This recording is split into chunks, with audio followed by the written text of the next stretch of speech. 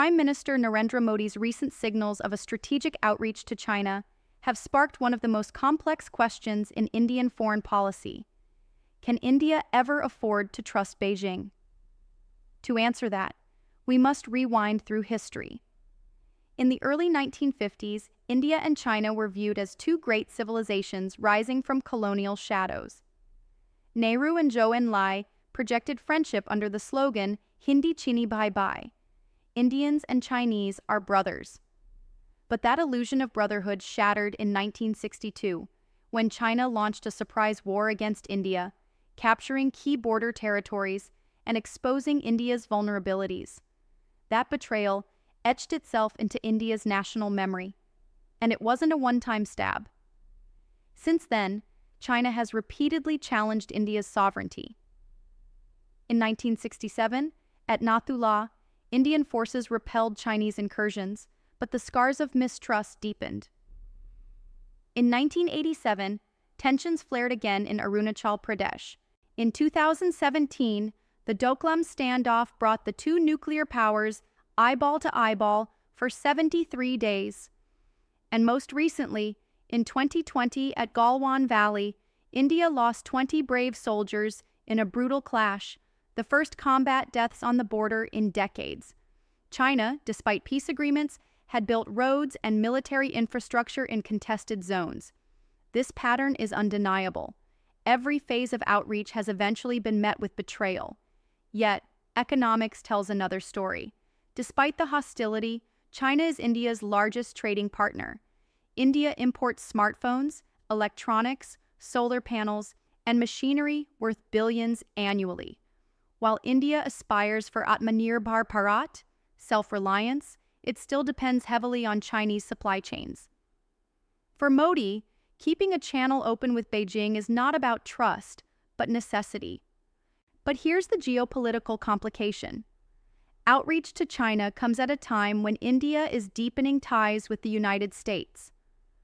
Washington has positioned India as a cornerstone of the Indo-Pacific strategy, boosting defense cooperation through Quad, technology transfers, and countering Chinese influence in Asia. Still, America is not a flawless ally. The U.S. has a history of swinging between partnership and pressure. Consider how swiftly Washington imposes sanctions, withdraws trade benefits, or, as seen recently, doubles tariffs on Indian goods when it suits domestic politics. For New Delhi, this is a reminder that the U.S. may be a friend, but it isn't family. It operates on transactional interests. This creates India's biggest dilemma. Can it risk trusting China, knowing the history of betrayal? Or should it bet fully on the U.S., knowing Washington's alliances shift with political winds? Strategically, moving closer to China could help reduce tensions on the border and stabilize trade flows, but it could also weaken India's credibility among democratic allies like Japan, Australia, and the U.S. On the other hand, moving too close to Washington risks provoking Beijing further, leading to more border escalations and an economic squeeze. India's response so far has been what strategists call multi-alignment. Instead of picking sides, New Delhi engages both Beijing and Washington, extracting benefits while avoiding entrapment. Modi's outreach to China is part of this balancing act, not about friendship, but about leverage. By keeping doors open with Beijing, India signals to Washington that it has other options. By working with Washington, India reminds China that it isn't isolated. But here's the danger. Balancing only works if both sides believe India is serious. If the U.S. begins to doubt India's reliability, or if China perceives India's outreach as weakness, New Delhi could lose credibility. Critics warn that trusting China, even partially, is like walking into the same trap over and over. From broken border agreements to economic dominance, Beijing has a record of exploiting openness. Supporters, however, argue that India has matured since 1962. It is now a nuclear power, a fast-growing economy, and a stronger military force. This time, outreach doesn't mean surrender. It's a calculated tactic. Ultimately, Modi's outreach should be seen less as reconciliation and more as strategic signaling.